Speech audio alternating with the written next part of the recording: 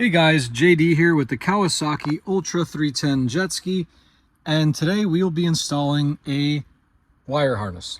I'm going to show you how to install the harness, the best way to route it and get it in, and how to connect everything. So stay tuned.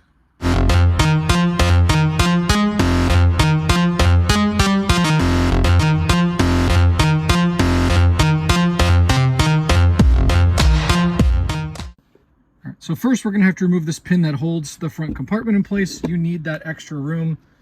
You can see that opens up a lot more once you get that out. Now you can leave your battery in place. If you want the extra room to maneuver, you can remove it, that's fine. So in removing the harness, we took this insulator ring out of the plastic there, and we're just going to set that aside. So now here's our wire harness. So I'm going to start by just putting it down in the compartment here. You're going to go ahead and put the whole thing down in there. Now you'll see that this part has a inspection sticker. That really helped so much, having that sticker on there. Really, I'm being sarcastic if you didn't realize. So what we're going to do now is, this is the part that's going to go back towards the engine. So you want to find the furthest point of that. That's going to be your connector right here for the throttle body. So you want to take that, and you want to just go ahead. We're going to go on the left side here.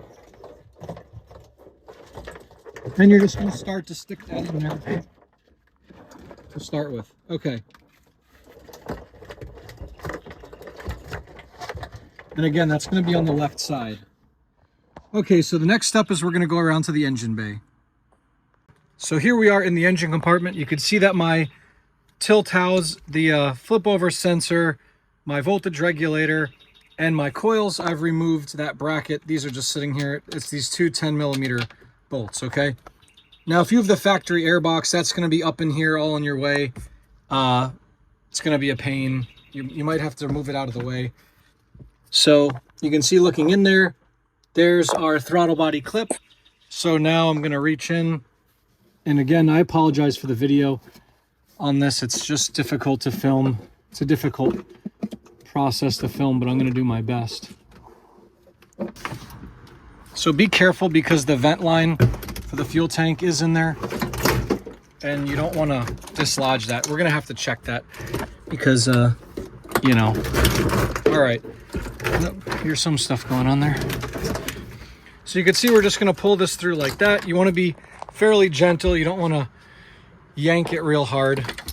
And I'm going to go ahead now and I'm going to show you what every single thing is. I might get one or two of them wrong, but all right. So this is your stator connector right here. This is your throttle body connector. This is your intercooler temp. We have injector 4, injector 3, injector 2. This one right here is your exhaust manifold temp. This one right here is your camshaft sensor. This one right here is your mass airflow sensor. We have this one right here, that's the KSRD. This one right here is the NOx sensor. The oil pressure one is on here somewhere. There you go, oil pressure. Okay, so there's all those. And you can see that there's this little clip right here, and there's actually a white line on the harness. That's going to go in right like that. This little mount here is going to get a zip tie to hold that in place there. We're just going to leave it loose for now. And you can see that that worthless inspection sticker, excuse me, sorry, is going to go on the right side like that. Now we're going to go back up to the front, and we're going to make sure that there's nothing caught up. But basically, we're going to connect these all a little bit later, and then we're going to connect. There's another portion of the harness there that feeds the fuel pump, the voltage regulator, and your ignition coils. All right, so to the untrained eye, this might look like a complete disaster, but don't worry, it's not that big a deal. This isn't an airplane. Sorry I couldn't film it, but I've reattached my fuel tank vent line. Do not leave that off, or you'll get fuel vapor in your ski, and kaboom. You've got this leg of the harness right here. So this leg is your stereo equipment if you have it, your display connector, and then this right here this goes to the jog dial connector. So these all have to go up right there through that opening. Now, if you have a glove box in place, you're gonna have to take this entire deck off to get the glove box out of the way. I ended up there's a phone storage case in there. I ended up taking the phone storage case out because I needed the space. And I have my phone in a watertight box anyway, so I didn't even need it. In my case, it's pretty easy. If you might have had to take that out already. Actually, to remove the old harness, you would have had to have taken this whole deck off to get that phone storage case out. So, you know, you might have to do that on yours. So you're gonna hold it perfectly straight. You're not gonna angle it. It doesn't have much room. Then you're gonna get it up. And then everything else. So now what you gotta do is reach around again.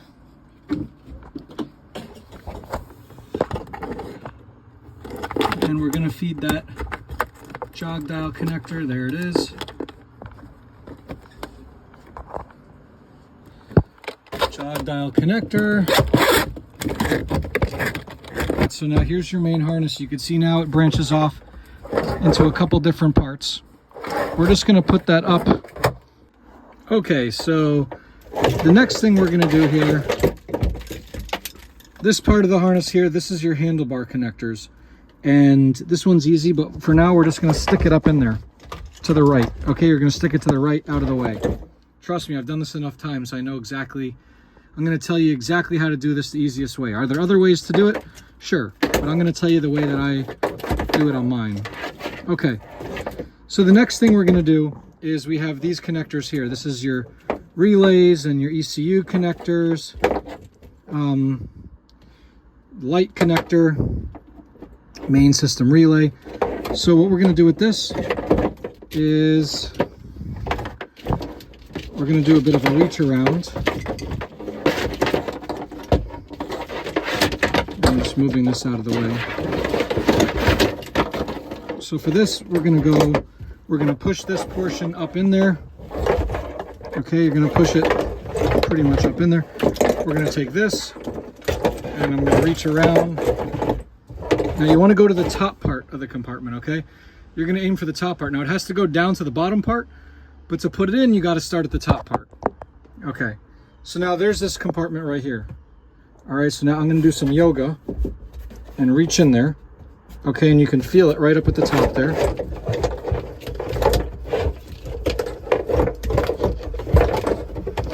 Again, you want to be very careful. You don't want to snag anything. Okay, and you can see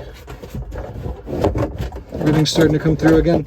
You can kind of wiggle like this, but be very gentle. Don't pull too much or you'll break it. And then, you know, you'll be screwed. Okay, so there you go. Hope I'm getting this on video. It's a little difficult to do.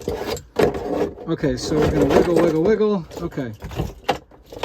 So now the next thing we have to do is we have all these connectors here. These have to go through this little hole here. This is the hardest part of this, is getting everything through there. And I'm going to show you how to do that next. You can see that hole down there. So what I have here is a piece of neon green weed whacker string. And this is what we're going to use to pull it through. I have like basically it's a fish tape, okay? So we're going to stick this in. And I'm doing this with one hand. Just so you guys know, I'm doing this whole thing with one hand. So you could do it with two. So I fed it through. I'm not that focused. Okay. So then we're going to pull it through. And now this portion here, this is what I'm going to do. So you're going to take each of these. Some of these have little fuse blocks. Oh, great idea. Make something difficult to pull through a hole and then screw us all over on the wire harness and then make us do this every time. That's just so great. So what you got to do with these is you got to tape them all together. But you got to tape them together in such a way that they're staggered so that the connectors fit through that hole. Okay, so I've got this first one through, and if I didn't mention it, you're going to do these each one at a time.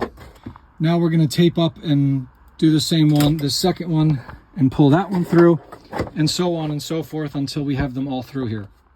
Okay, so you can see I've got my piece of string here, and I've taped, so you'll see here as I pull this through, kind of tape these all together here. And again, you don't want to pull too hard because you don't want to break these, but at the same time, so the next thing you're going to have to do is, the problem is that this is up too high. This has to be down like right here in order for these wires to come through. So I just want to show you this. It's hard for me to film, but you kind of want to put your fingers under the edge here and pull this away. So you're going to use one hand to pull this liner away. You can see it's kind of loose. You can see it moves a little bit. We're going to pull the liner away, and then we're going to kind of wiggle this, and it's going to drop down. All right, so you could see the fuchsia tape there, and that's where my repair was made. Now there's something I've identified with this. So look in the back, you see that tan right there? That's the bottom of the hull. And what I noticed is that this harness is sitting directly on the bottom of the hull. And you can see that these connectors here don't have very much lead right now, because normally this harness would be about 6 inches lower, sitting right down here. I think that when I get water in the hull, this harness was sitting submerged in water in the hull. So this is what I did. This isn't like gonna make a huge difference, but I took a pool noodle, I sliced it in half, I cradled it over the harness, and I'm gonna wedge this down. That's gonna keep the harness elevated and not allow it to sink to the bottom of this liner where the hull is and where water would be. So the harness won't be sitting in water any longer. All right, so you can see that's pushed down in there, but it's not wedged all the way to the bottom because I've got that noodle underneath it, which is going to keep it propped up. And so now what we're going to do is we're going to start with our ECU compartment. We're going to reconnect the ECU, all the relays, put that door back in place, and we're then going to go through and we're going to reconnect all of these. But the big thing is that I'm going to put some dielectric grease, some corrosion block grease on every single connector before, and you can see that green's not corrosion, that's my blue marine grease that I use. But we're going to grease every single connection here before we put them back together, including the battery terminals. And some of you who watch my channel, you might notice that right now I have an AGM battery in place. I previously was running a Kawi Performance lithium battery. I took the lithium battery out when I was having electrical problems. The problems that I was having were not related to the battery at all, but I had changed out the battery just, you know, to rule that out. And you can see this is a Napa AGM 310 cold cranking amps. I believe it's 18 amp hour. And it's a brand new battery. I just put it in as I was doing the wire harness diagnostic. So, all right, I'm gonna start putting these all back together. Okay, so now for all intents and purposes, the harness is reinstalled. And now we have to go through and hook everything up. So to start with, I've got my corrosion block marine grease here. Now I will tell you that this harness comes dry from the factory. Surprise, surprise. And I've seen dealers install these and they don't put dielectric grease, which in a marine environment, you know, I don't know who's training these people. You know, I don't know, maybe they should go work at McDonald's instead. Anyway, what we're gonna do is I have my grease here, and you're gonna apply some dielectric grease to every single connector. Battery terminals, you want to apply this grease. This is corrosion block marine grease. It's dielectric. Make sure you're using dielectric grease, okay? You can see here, non-conductive dielectric. Make sure that you're using non-conductive dielectric grease, okay? And I'm just, you know, you're gonna go through every single thing, every single clip, and make sure the connectors are greased. You know, don't be shy with it. Obviously, you don't want to blob it on. I'm just showing you demonstration purposes here. I'm also going to connect the ECU and the relays, and I'll give you another shot of that before I put it all back in. And yes, you are going to still want to put non-conductive dielectric grease on the ECU connectors, on your relay connectors. You could even go ahead and put it on the back of the connectors if you want. I ride in heavy salt water, so, you know, want to make sure. So I've got, you can see I've got those positive leads there connected. I've got some grease. I added some grease to my starting solenoid. I added some grease to my battery terminals. Okay, so here are my relay connections. We're going to start with those.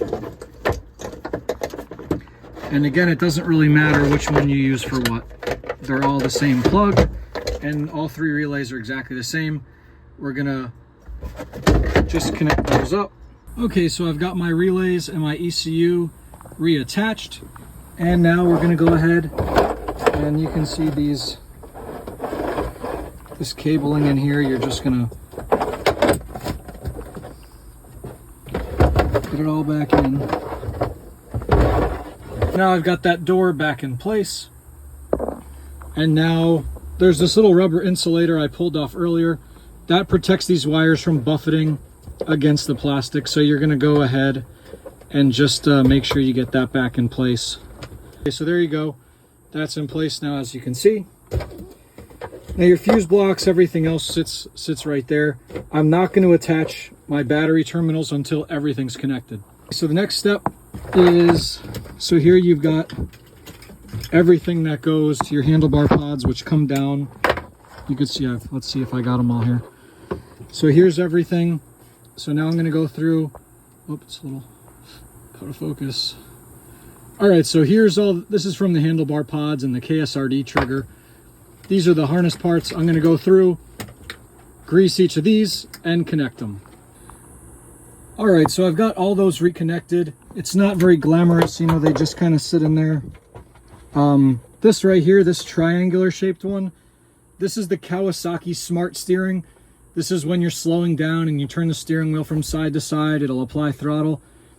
If you leave that disconnected, oops, sorry.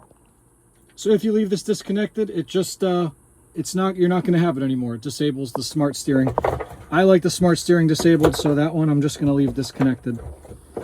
And then I've got my immobilizer connected. I just want to show you my immobilizer's right here, and then that buzzer, it's right here. I have aftermarket handlebars, so these all go behind the phone storage case that goes in here, and then my immobilizer is usually in the phone storage case. So I have that removed right now for the purposes of this. So you want to make sure that your fuel tank breather line, which is right there, you want to make sure that that hose does not get dislodged. Sorry, some wires in the way. Okay, that right there, that's your fuel vapor vent line. Make sure that that's connected. It'll probably pop off while you're working on the harness. Make sure it's reconnected. All right, so now it is time to put this panel back in place. So it goes like this. And it just has these push rights. Okay, so I like to start at the very back and work my way forward. So we're gonna start, this is the connector for the throttle body right here. You can see it had this tape on it like this from the factory. So I'm just gonna leave that. What I'm gonna do is apply my dielectric grease.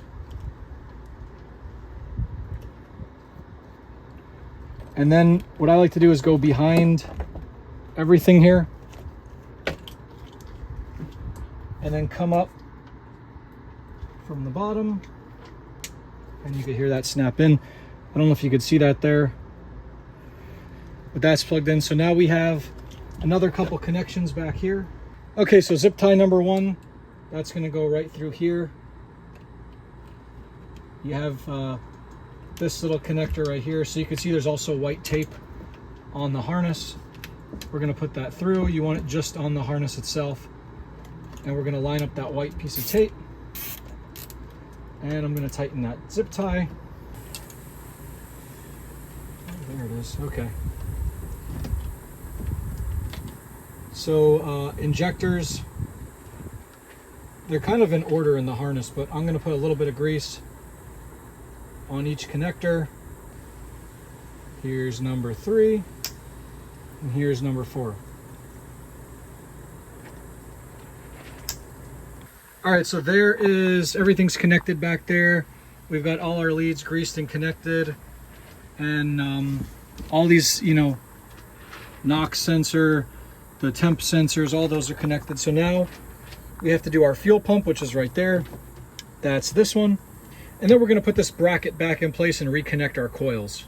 Okay, so this bracket has to be reattached. This is our voltage regulator connector. We've got our tilt over sensor. And then these are the two coils. You don't want to mix these up, whatever you do. I'll show you those in a sec. So now we just got to put that little bracket back in place. Goes right here. And then we're going to put our spark plug boots back in.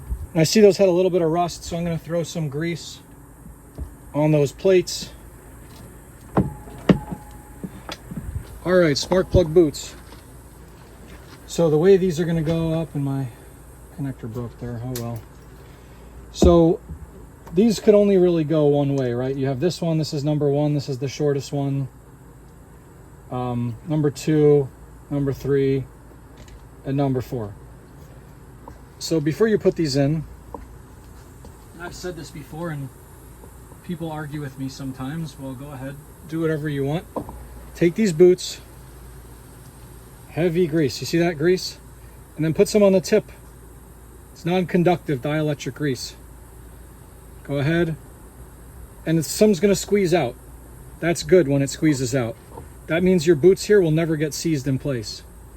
Because a lot of guys I see, they don't grease these properly, and then the boots get seized, and then they rip the boot.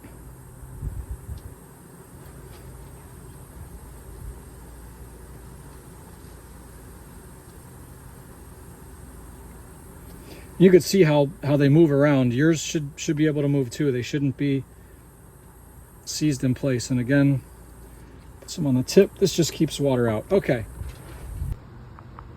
And I said I wasn't going to, but I did anyway. Make sure you get a zip tie on those wires right on that bracket there. And, you know, make sure you got enough slack on all this. And, yep, there you go. All right, so finally we need to reconnect our display. Make sure to apply dielectric grease to this. Got it greased.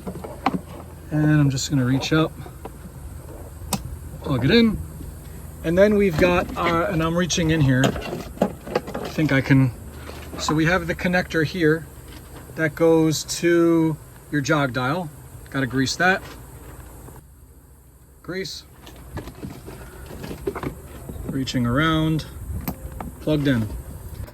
All right, so everything's hooked up, and now the battery terminals are nice and tight. Those lugs are nice and tight. And of course, you guessed it, we're gonna coat those terminals with dielectric marine corrosion block grease. And make sure those boots are as snug as you can get them. Okay, but you're not done yet, okay? There's a major step that has to be done after you disconnect the battery in the new Ultras. And that is you have to reinitialize the KSRD system, or else it will not work properly. And I'll show you how to do that now. Okay, so here's my immobilizer. Again, this goes in my cell phone case. I have that all disconnected, obviously, because I've been having these electrical problems.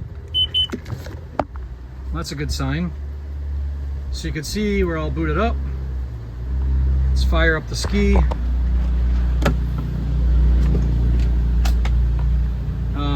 And what we're gonna have to do is we're gonna have to initialize that KSRD system in a moment here. But got my lanyard.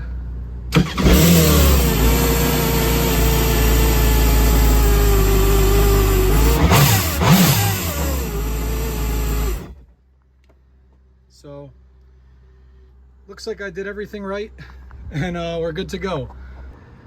So this is a good learning opportunity, but I just booted my ski, and now you can see that my mode button here is unresponsive. So if that ever happens to you, it's because I just removed the battery. Sometimes this happens. I guess it's a software issue, I don't know. What you're gonna do is you're just gonna remove this, okay? Wait a second, plug it back in.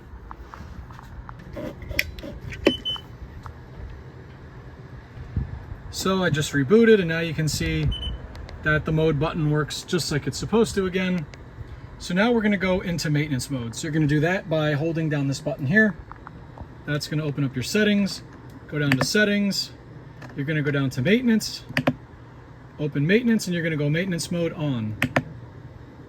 All right, so now what you got to do is take the mode button, you got to hold it in. See that initialize, and I heard the bucket cycle. I like to do it twice. All right, so my bucket, everything just cycled, no errors. You hit off, it's going to initialize again, and now we are good to go. Everything is set up, and we are ready to hit the water with my new and improved wire harness. So as of this video, this is July 2025. I did attempt to reach out to Kawasaki about the wire harness, and they're just sending me, oh, go to your dealer, go to your dealer.